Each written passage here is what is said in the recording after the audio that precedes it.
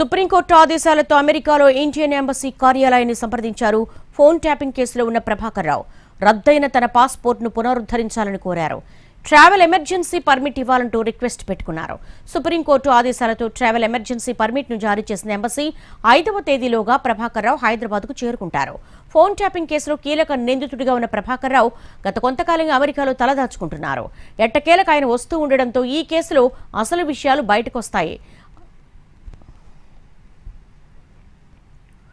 అంతకుముందు రాజకీయ శరణార్థిగా గుర్తించాలంటూ అమెరికాలో ప్రభాకర్ రావు పిటిషన్ వేశారు. రాజకీయ కక్షలో భాగంగా తనపై కేసులు పెట్టారంటూ పిటిషన్ వేయగా అమెరికా ప్రభుత్వం తోసిపుచ్చింది. మరోవైపు ఈ కేసులో ఇప్పటికే జూన్ 20లోగా కోర్టులో హాజరు కావాలంటూ ప్రభాకర్ రావుకు పోలీసులు నోటీసులు జారీ చేశారు. విచారణకు హాజరు కానందున ఆయనను ప్రకటిత నేరస్తుడిగా ప్రకటించాలని సిట్ అధికారులు నాంపల్లి కోర్టులో పిటిషన్ వేయగా అందుకు న్యాయస్థానం అనుమతిచ్చింది. ఈ క్రమంలో ప్రభాకర్ రావును అమెరికా నుంచి ఇండియాకు డీపోర్ట్ చేసేందుకు రంగం సిద్ధమైంది. హోంల్యాండ్ సెక్యూరిటీ ద్వారా ప్రభాకర్ రావును ఇండియాకు తీసుకొస్తున్నారు. ఆయన విచారిస్తే మరికొన్ని కీలక అంశాలు బయటపడతాయని పోలీసులు భావిస్తున్నారు. గత ఏడాది మార్చి 10న ఫోన్ ట్యాపింగ్ కేసు నమోదైన తర్వాత ప్రభాకర్ రావు అమెరికాకు పారిపోయిన సంగతి తెలిసిందే.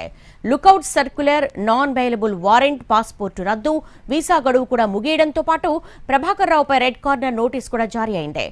గత 14 నెలలుగా ప్రభాకర్ రావు అమెరికాలో తలదాచుకుంటున్నారు.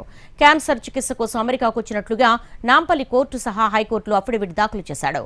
రాజకీయ కుట్రలో భాగంగా తనను అరెస్టు చేయాలని చూస్తున్నారని, రాజకీయ శరణార్థిగా గుర్తించాలని అమెరికా ప్రభుత్వాన్ని ఆశ్రయించాడు.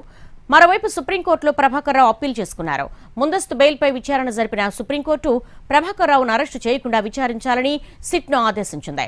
ముందస్తు బెయిల్పై ఆగస్టు 5న విచారణ జరుపుతామని కోర్టు తెలిపింది. అప్పటి వరకు ప్రభాకర్ రావుపై ఎలాంటి కఠిన చర్యలు తీసుకోకుండా విచారించి కేసు స్టేటస్ రిపోర్టు సమర్పించాలని ఆదేశించింది.